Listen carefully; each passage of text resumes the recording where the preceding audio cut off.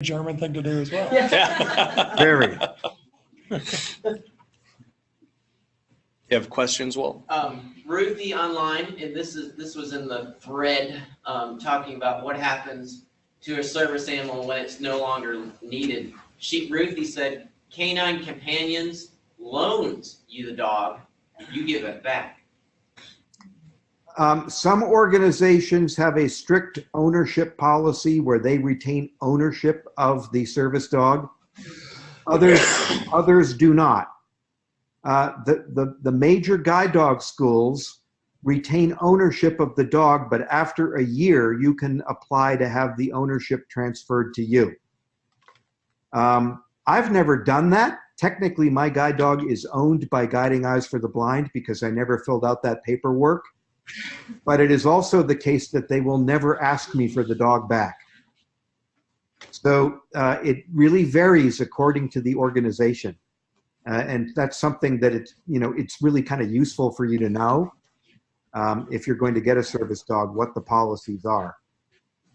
Do you have a question? Is the dog insured by the agency that you get it from? Is the dog insured by the agency that trained the dog?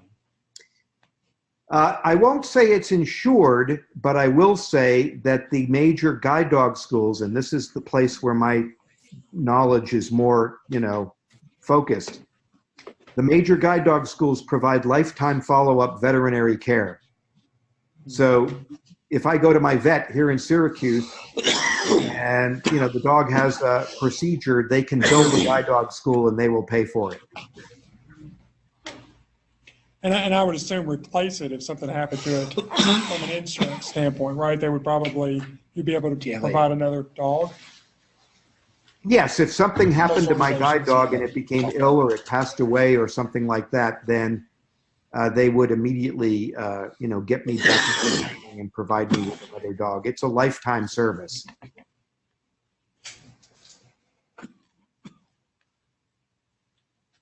This question is from Christopher online. As an employer with an employee who uses a guide dog, must I designate an area outside where the dog can relieve themselves during work hours? Did you get that, Steve? Yeah, I got it. I don't think that you really can do that. So you can ask the guide dog owner to pick up after the dog and provide a trash can, for that purpose. All guide dog users are trained in how to do this. But I don't know that you can designate a specific area. I'm fairly certain that actually is not legal. I've heard of schools using flag markers to mark off an area at the school, but I think that's more of a voluntary agreement than it is any legal precedent. Yeah. Now, look, no two guide dog users will be the same. If I worked at your business and you said to me politely, do you mind if you only have your dog relieve itself in this particular area, and you asked it politely, I'm the kind of guy who would probably go, sure. But if you insist on it, I would be the kind of guy who says, nah, you can't do that. So, I think using emotional intelligence is a useful thing always with everyone, whether they're disabled or not. But I can tell you that there is no place in the law that says you can demand that a guide dog user only relieve their dog in a certain space. That would not fly. Moreover, in the city of New York, blind people are actually given a pass on the law that dog owners have to pick up after their dogs, which I find ironic since all guide dog users are taught how to do this.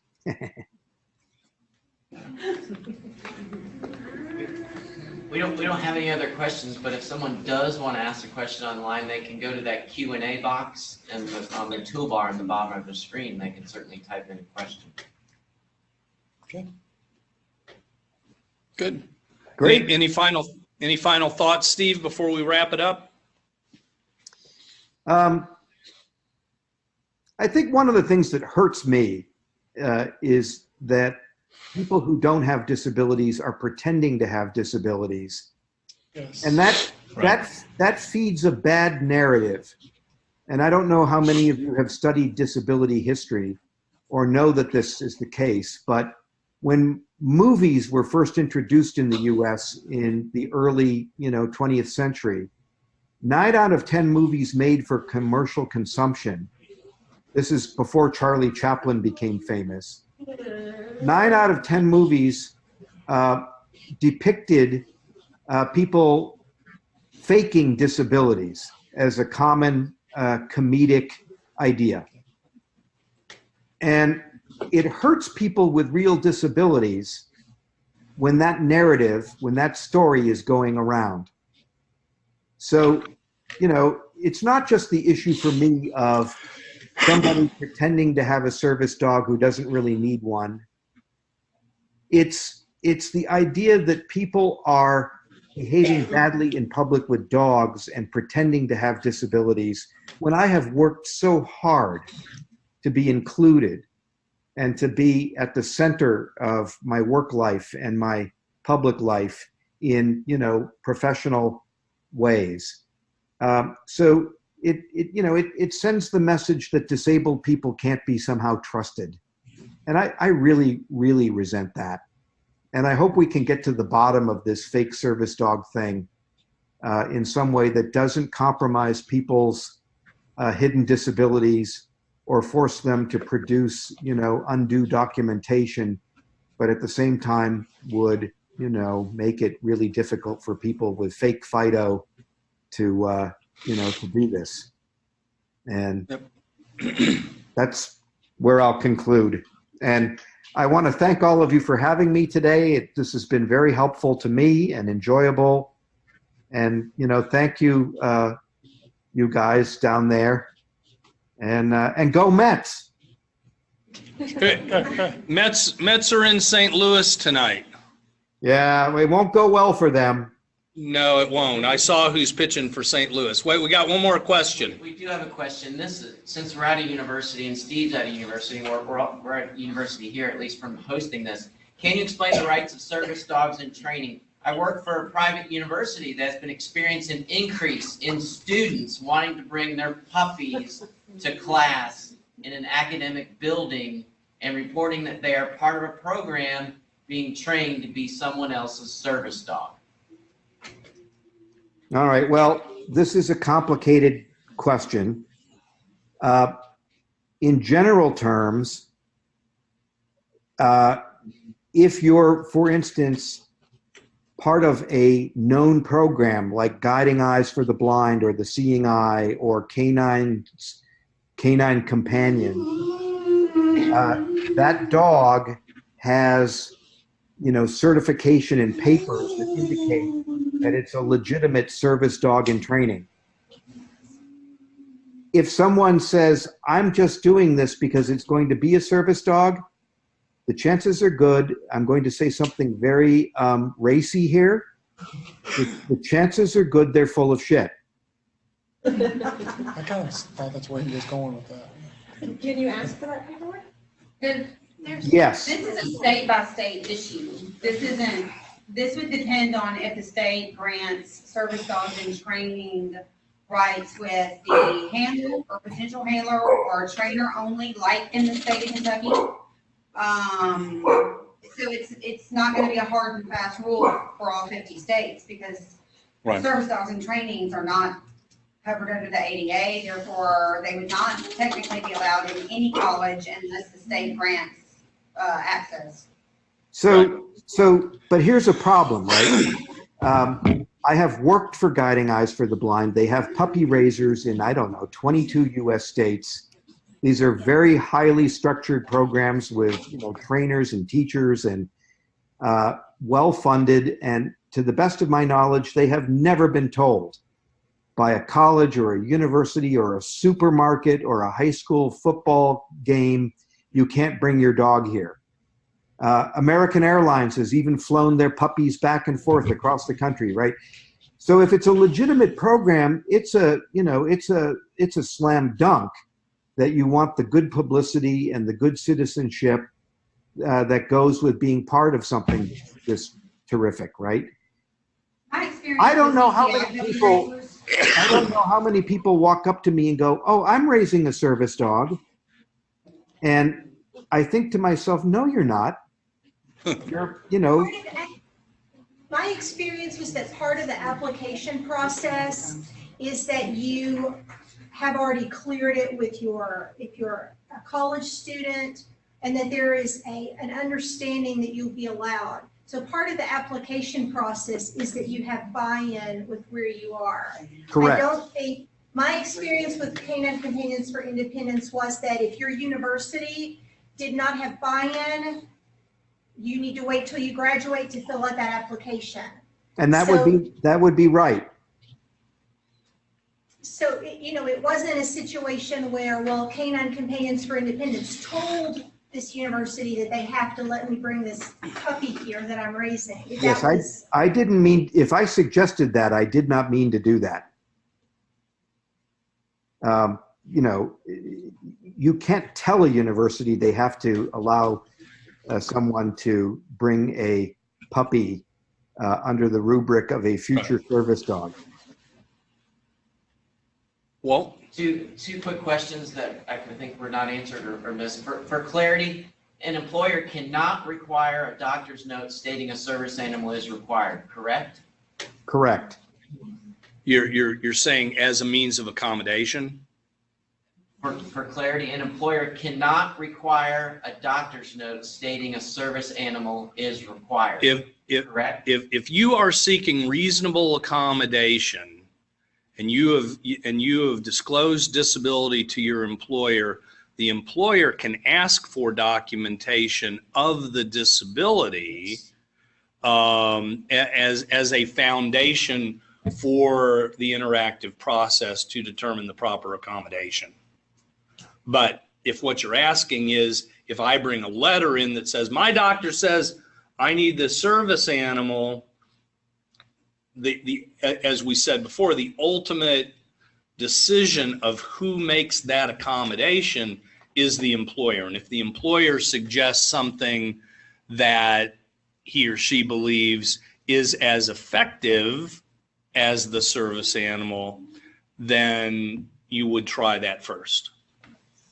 Well, I disagree with that absolutely. You what? I disagree with you absolutely on this. Okay. If I had an employer say to me, we don't want you to bring your guide dog to work, we'll have a sighted companion guide you around, I would sue him within an inch of his life. Right. Yes. So to finish that statement then, ultimately the wishes of the individual or the preference of the individual should be taken into account on the part of the employer. This is how schools have gotten into litigation about children with service animals, and schools attempting to deny that based on, we'll provide the child with a paraprofessional, Right. and the child would thus not be able. And, there's been litigation in Fayette County over that, and it's gone both ways. There have been families who no longer sent their child to school, and then there have been families who had both the para and the service dog at school. Yes. I believe that the average American school board is as unversed, uneducated, and uninformed about disability as certain colonies of nematode worms that I have met. And I think that any school district or school superintendent who would prevent a child with a trained service dog from bringing it to school and undertake litigation to prevent this, I hope that person spends the afterlife in a small room in hell with Richard Nixon and Joseph Stalin and the guy who invented the Roach Motel. How do you really feel, Steve? There is absolutely no reason to prevent a school child who has trained with a dog Right. from coming to school. And it's only a kind of ableist, reactionary, small-minded, small-town sensibility that would do this. Yep. My assumption, though, is it's probably not a service animal that they are questioning. It's probably a comfort animal or support animal. That's my guess. Yes, That could, and That's that not could, always the case. An issue has been, can the child handle the dog? Can the child? And if the child can't handle the dog, the burden should not be put on school professionals who aren't trained to understand dog behavior or the nuances of handling a service animal. And if it was a true service animal that went through training with the child, that would not be an issue. But I know Correct. some of these cases have popped up with Correct. 5 and 6-year-old children. Right. Yeah, they're And he knows, 18-month, yeah. there's 18-month-old service dogs from Yeah. reputable organizations. So then the question is, does the early childhood lab, are they required to hire an additional person to help, the 2 or 3-year-old with the service dog that they got from an agency? And that's why guide dog school is not placed with young children. Part of the reason. Yeah. well, yes, guide dog schools will not place a dog under the age of 18. So that's a different issue. But there are programs that are training dogs to help autistic children. And, I have some very pronounced opinions because I went to public school before the ADA. And I even went to college and graduate school before the ADA. And I have encountered more mediocre teachers and school administrators during my lifetime than I can count. So I'm probably the wrong guy to talk to. I have a great deal of contempt for second-rate school administrators. Let's take this comment. Answer to that question, since we are a 3-unit team, Okay. the answer to that question is schools do not have to provide a handler. They can accommodations, but they are not required to. The parent might provide a handler, pay somebody to become a handler, but they're not required to. They might agree to, but they're not required. What bothers me about this conversation, and this is where I'm going to get hot, is that there's this narrative from able-bodied people, and it's particularly true with school administrators, that the disabled person poses a particular and special problem, and that this is really burdensome to everybody. Whereas we have 15 assistant coaches for the girls softball team. I gotta go, you guys. This has been great. Thank you. Bye-bye. Drop the mic. And that's it. Yeah. If a employee or if a customer or employee does not answer the 2 questions, is the employer obligated to allow the service animal in the workplace? Further investigation. Doesn't really apply to the workplace. Right. That's public accommodation. The 2 questions apply to public accommodation in Title III. Right. This is from an online participant. Can a service dog go into the ocean or on the beach with the owner if needed? Yes, dogs are allowed. Of course. No We dog- actually have a situation right now in Florida where a municipality was singling out service animals. They have I'm trying to remember the situation. So they have a no pet policy on the beach, but that does not apply to a service animal. This is a beach that has nesting turtles. Yes. Yeah. I've read Okay. that. Yeah. So then the issue is they are trying, the municipality is saying, well, no, we have found dog feces. That's what they say. We found dog feces. It must be coming from the service animals because they're the only ones allowed on the beach, right? stray dogs, you know, feral dogs. So wouldn't that fall under fundamental alteration? It would, if that's a nesting habitat for sea turtles, Right. the president, I don't know enough about, I mean, I The am with sea turtles, but I don't know enough about their behavior around dogs. point was Threat. that in this ableist narrative, they were singling out the service animals, whereas Steve said, you know, we're taught to take care of these animals, that the animals are under the control of the handler, that in this case, they were being singled out. They got to do with those new apartment buildings are done with the DNA. Have you heard of that? Yes, Yeah. yes. I always joked about that and it became real. Yeah. Yes, Walt.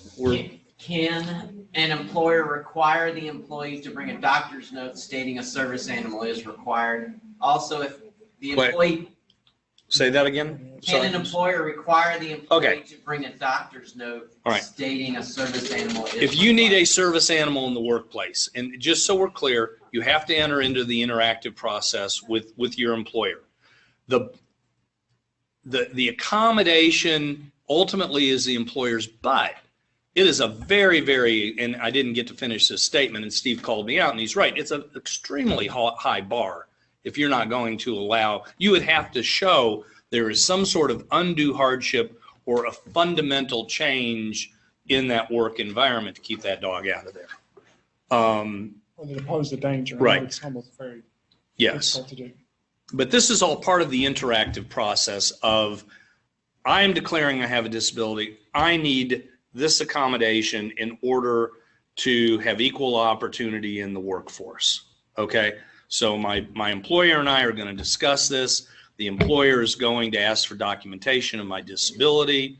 They are going to determine that the dog is necessary for me to complete the essential functions of the job. Then that accommodation is granted. Because you wouldn't have to go to a doctor to get, like, if you want to ask for an accommodation for a screen reader, Right. they couldn't require you to get a doctor's excuse saying you needed a screen reader. Once you disclose Right. your disability, you would enter into that conversation. You could And they ask for documentation about of your the, disability. that's right, ask for documentation of the blindness in that case. And in this situation, a guide dog or a service dog is no different than a screen reader. It's an It's an accommodation. in order for you to be able to do your job. If the employee does not answer the two questions, must the employer allow the service animal? The two questions apply to places of public accommodation under Title III and under state and local government. Those two questions, is this a service animal? What is the dog trained to do to accommodate your disability, or to what do I want to say? Those two questions don't apply in the employment arrangement. Those are Title II and Title III issues. That's all the questions. That's it. Okay. Well, before somebody else asks another question. It's, yes, ma'am. No. Okay. Thank you all. Let me just conclude by saying that the ADA is a very complex law. Okay. And it's nuanced. And each situation is treated differently. Everybody's disability is differently. The impact of disability is different for everybody. We don't expect people to know all the answers, but we do have people who are trained, who can answer all your questions, who can research the law, provide you practical guidance. This 800 number on the screen, if you are outside of the Southeast, that number will go to the area code associated with one of the other 9 centers in the ADA National Network that can provide you with guidance, informal guidance and information. So one final. Can you come and talk to Autism Society of the Bluegrass? Can I get your information? Sure. Thank you. Did Becca have a question? No, she was. No, she was messing with us. She just- So anyway, thank you all. Have a wonderful weekend, and hopefully this was helpful.